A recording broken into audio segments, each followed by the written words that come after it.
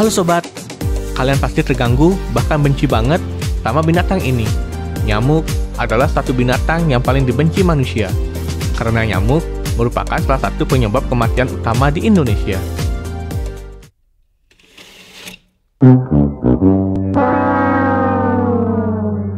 Aneh banget. Mengenal nyamuk. Ada lebih dari 3.000 spesies nyamuk di dunia, dan hanya sedikit yang menggigit manusia. Nyamuk memiliki sifat oportunis dalam perilaku makannya. Mereka hanya akan makan ketika keadaannya memungkinkan bagi mereka, dan sumbernya bisa berbagai macam. Namun, dua spesies nyamuk ini, yaitu Aedes aegypti dan Anopheles gambiae, bergantung pada darah manusia yang terkenal sebagai nyamuk yang menularkan penyakit kepada manusia. Aedes aegypti telah bertanggung jawab atas penularan penyakit Zika dan demam berdarah, sedangkan Anopheles gambiae membawa parasit yang menyebabkan malaria.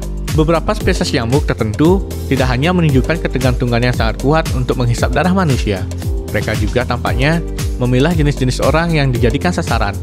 Menurut statistik, hanya sekitar 1 dari 10 orang yang dianggap sangat menarik oleh nyamuk.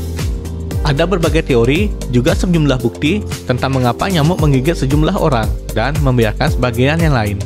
Perlu diketahui bahwa nyamuk jantan secara eksklusif bergantung pada nektar bunga, sedangkan nyamuk betina membutuhkan makanan, seperti darah, untuk mengembangkan telurnya. Maka dari itu, hanya nyamuk betina sajalah yang menggigit manusia.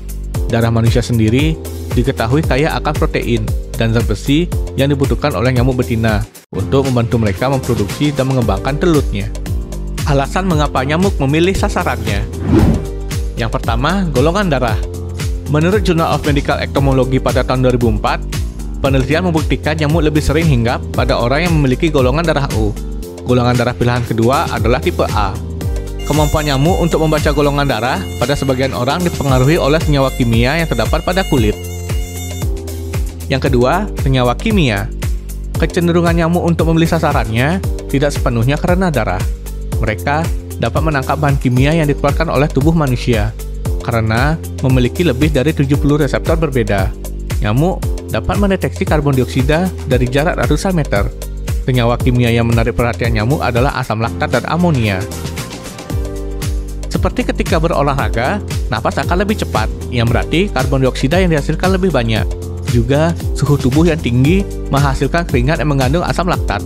Tubuh manusia juga memproduksi porsi amonia alaminya sendiri.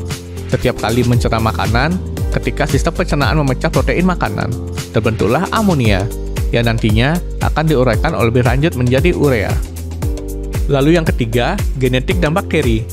Keputusan nyamuk untuk menyukai baumu atau tidak juga dipengaruhi oleh faktor genetik dan bakteri yang hidup dalam kulitmu. Ketika seorang kerabatmu lebih sering digigit nyamuk dibanding orang lain, itu berarti sobat juga mempunyai masalah serupa. Sedangkan untuk bakteri, semakin banyak mikrobiota yang dikandung dalam kulitmu, semakin kamu juga kurang menarik bagi nyamuk. Komposisi mikrobiota kulit kita, sebagian besar, tergantung pada lingkungan kita, apa yang kita makan, dan tempat tinggal kita. Segala sesuatu yang kita sentuh, makan, minum, dan cuci, memiliki potensi untuk menghadirkan mikroba baru. Tetapi, ada bukti bahwa genetika seseorang juga dapat mempengaruhi setidaknya dalam jumlah yang lebih sedikit komposisi mikrobiota kulit kita. Variasi genetik diperkirakan mempengaruhi seberapa ramah kulit sobat terhadap berbagai spesies mikroba yang hidup di dalamnya. Ini mungkin dikarenakan produksi protein yang dikontrol secara genetik di kulit, yang bertindak sebagai penghalang dan mencegah mikroba untuk berkembang dan tumbuh pada kulit.